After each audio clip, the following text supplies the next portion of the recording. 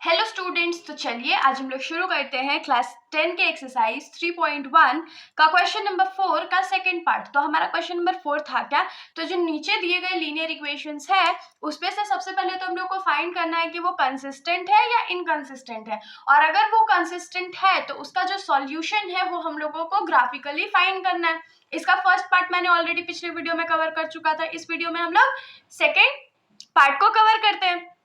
तो यहाँ पर ये हमारा इक्वेशन 1 है जो कि है x minus y is equals to 8, और दूसरा इक्वेशन हमारा क्या है 3x minus 3y is equals to 16। तो हम लोग क्या लिखेंगे कि फ्रॉम इक्वेशन 1 से a1 का वैल्यू क्या है 1 है, b1 का वैल्यू क्या है -1 है, और c1 का वैल्यू क्या है 8 है। और फ्रॉम इक्वेशन नंबर 2 a2 का वैल्यू क्या है 3 है, b2 का वैल्यू -3 है, और c2 का वैल्यू 16 है। तो यहाँ से हम लोग क्या करते हैं, पहले a1 बाई a2, फिर b1 बाई b2, और फिर c1 बाई c2 का वैल्यू लिख लेते हैं।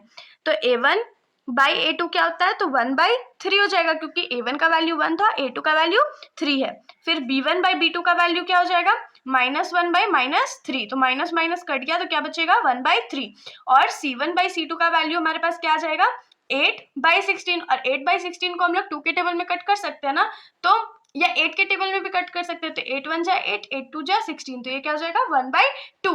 अब देखिए यहाँ पर a1 बाई a2 का वैल्यू कितना है 1/3 है, b1 बाई b2 का वैल्यू कितना है 1/3 है, और c1 बाई c2 का वैल्यू क्या है 1/2 है।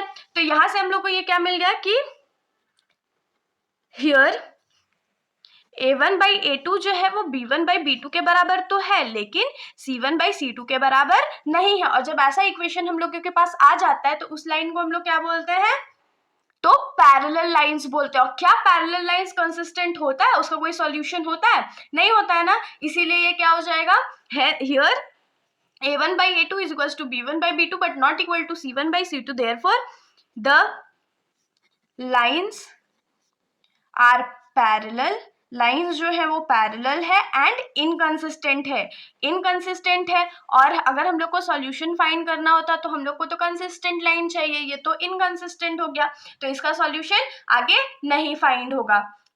तो इसके साथ हमारा ये जो सॉल्यूशन है यहीं पर खत्म हो जाता है। हम लोग इस क्वेश्चन का थर्ड पार्ट नेक्स्ट वीडियो में कवर करेंगे।